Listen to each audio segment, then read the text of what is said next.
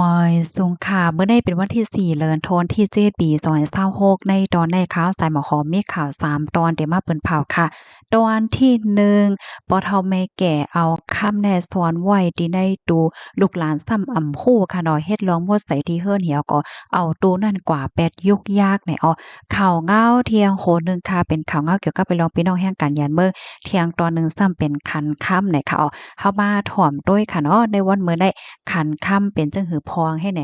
อ่อนตั้งเปิ้นได้ก็เข้ามาถ่อมด้วยข่าวเงาโขนให้อ่อนตั้งค่ะเมื่อวันที่2เดือนธันวาคมที่7ปี2026ในมีข่าวเงาออกมาว่ามีนาหอโตขึ้นหลังหนึ่งเนาะก็เฮ็ดล้อมดใสที่เฮิรนนั่นน่ะเนาะเอาตู้เอาโคกของอันเก่าอันโหลใจเอาสังเหยาเฮ็ดจังไหนกว่าแปดตีโกยยุกยากเฮ็ดจังไหนค่ะนะโกยกาว่าไหนในตู้เก่าๆจังนั้นซ้ำในปอเฒ่าแม่แก่ใน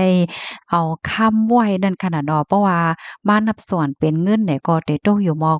81,000เฮงดอลลาร์สิงคโปร์เพราะว่าเงินไทยเนี่ยก็เตตกอยู่มอก2ล้านบาทเจ้าไหนเนี่ยค่ะย้อนก็เปนว่าลูกหลานในหมู่ฮู้ค่ะเนาะว่าคำแน่สอนไว้อยู่ดีในตูนั่นเฮ็ดจังได๋ขนาดตูเนี่ยก็มันได้เป็นอสังเหมือนจังหนังเมืองเฮาแต่ก็เป็นตูเข่งพะลาเฮ็ดจังแหน่เนาะตั้งเหนือก็สิเป็นเข่งพะลาตั้งใต้ก็เป็นใส่มะกะลิกกิ๊กก๊อกเฮ็ดจังเนี่ยปอเฒ่าแม่แก่เพิ่นก็สอนไว้ ตีในนั้นลูกหลานก็สำฮู้ได้ค่ะดอกเอากว่าแปดย้อนว่าเฮ็ดลองมดใส่ที่หอที่เฮิรนว่าเฮ็ดจั่งใดค่ะเผื่อกำได้อันเป็นพ่อเฒ่าแม่แก่เนี่ยก็ว่อนเลยว่าโอ้อันที่ในตู้นั่นแน่เอาค้ำกว่าไว้แน่จั่งซี้ก็ได้เฮ็ดได้นั่นน่ะเพราะว่าไลเงียนจั่งแล้วก็โลตกอกตกใจกันหมดว่าเขาเนี่ยก็ไล่ป่องแล้งกว่าที่ภูมิพลพรอันเก็บยุกยากนั่นกำาได้เจอเขาเนี่ยก็กว่าที่อันเปิ้นเอายุกยากกว่าแปดกว่าไว้นั่นค่ะนะเสียวก็โจยกันจ้อมหาเฮ็ดได้เนาะลื่นสุดค่ะนะเอาข้าวย่ำอยู่ม30มื้อนี้จั่งใดเนี่ยค่ะก็โฮบทบหันอันเป็นโต๊ะแต่เรียกว่าตูเขานั่นให้เนี่ยเพราะว่าต้อยตั้งในมันเนี่ยก็โฮบทบยาคำแต่ค่ะไหลมาเคินตั้งหมดเนี่ยค่ะนะแต่เรียกว่ากามลีที่ว่าวาเฮ็ดจังแนวนั้นกำในตั้งสองฝ่ายเนี่ยก็ไล่อ่อนกันกว่าที่โฮงปลีขนอเปิดตาเตรียมหมายระวังถูกแม่นว่าสว่าจังไหนเฮ็ดให้นั่นน่ะเนาะแต่เลยว่ากามลีค่ะเนาะบางป้อบางไรได้เพราะว่าใส่ธงใส่หังเนี่ยเอากว่าแปดเนี่ยเพิ่นเอากว่าแปด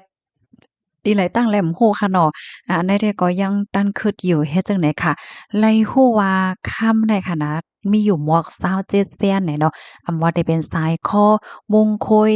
แหวนว่าจึงเฮาหันที่ในแคบหางแนวค่ะเพราะว่ามันนับสอนเป็นเงินก็ได้ตกอยู่หมวก2ล้านบาทหลายจั่งใดในอ้อ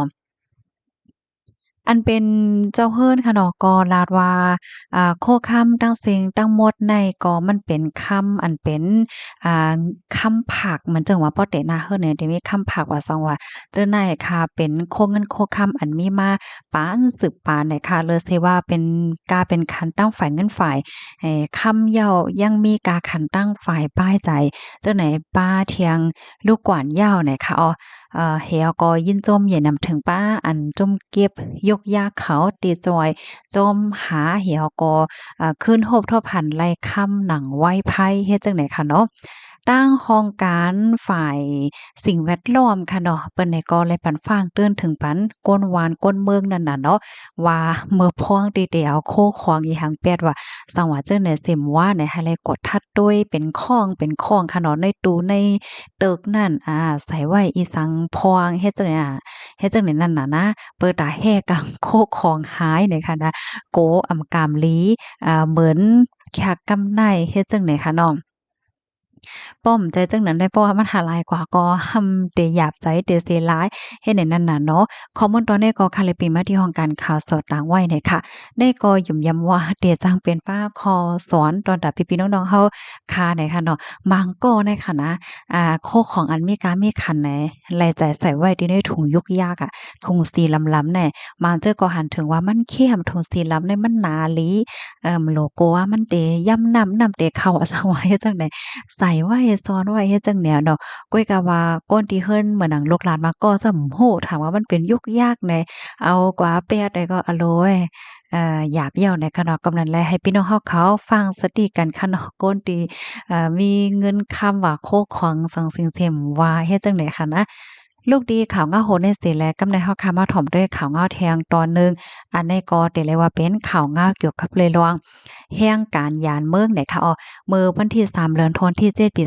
2566ในมีข่าวเงาออกมาว่าตั้งฝ่ายภูมิพลพรฝ่ายแห่งการและฝ่ายเกี่ยวข้องและจัดเฮ็ดปางอบโอ้กันใน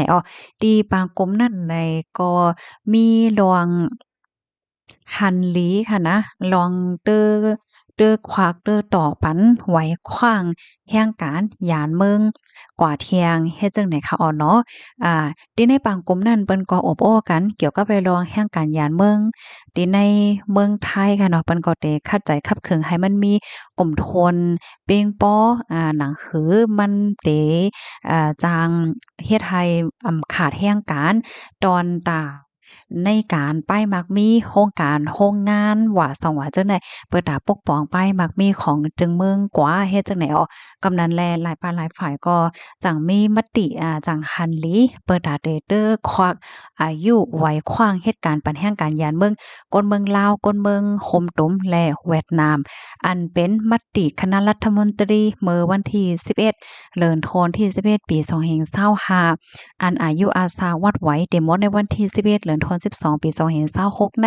ไฮจางอยู่ในเหตุการณ์กว่าไล่เที่ยง1ปีต่อถึงวันที่11เดือนธันวาคม12ปี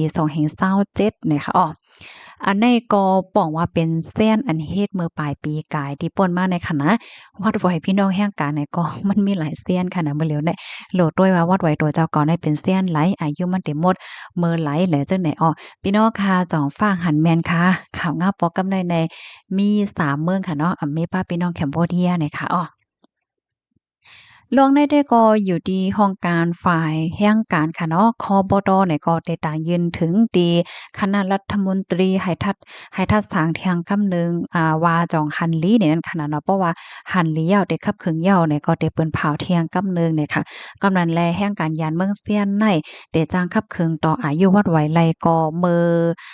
ตั้งฝ่ายผู้ใหญ่ก้นหลวงเขาคณะรัฐมนตรีเขาหันหลีเหี่ยวก็เปิ้นเผาเที่ยงกำ การนานกุ้ยเนี่ยค่ะก็เปิดจังไหนโหลดเลยสืบไปด้วยกว่าไหนค่ะมื้อเหลียวในได้ก็ในย้อนให้ป้อเลี้ยงนายจางและพี่น้องแห่งการยานเมืองอันอยู่ในเซียนในติดตามถ่อมด้วยข่าวเงาอยู่ดาเสป้อมีรองคืบหน้าที่เอามาเปิ้นแผ่บันพี่น้องข่าวกว่าปยก็หางแฮนโตตันหางแฮนเงินตองว่าสังว่าจังไหนไว้หังไผหังมันเฮ็ดเนี่ยเนาะค่ะข้อมูลตอนนี้ค่ะเลยปิมมาที่ห้องการฝ่ายจัดหาการงานต่างวัยเนี่ยค่ะเนาะ ไม้ต้องอันนี้เป็นตอนตะก้นเก่าค่ะนะตอนตะก้นที่อันมีวัดมีไหวอยู่ยาวนานเสียก็เปิ้นเด้ลองเหมือนจังหน่ะว่าลองต่อว่าต่อไว้ว่าเฮ็ดจังได๋เนี่ยค่ะ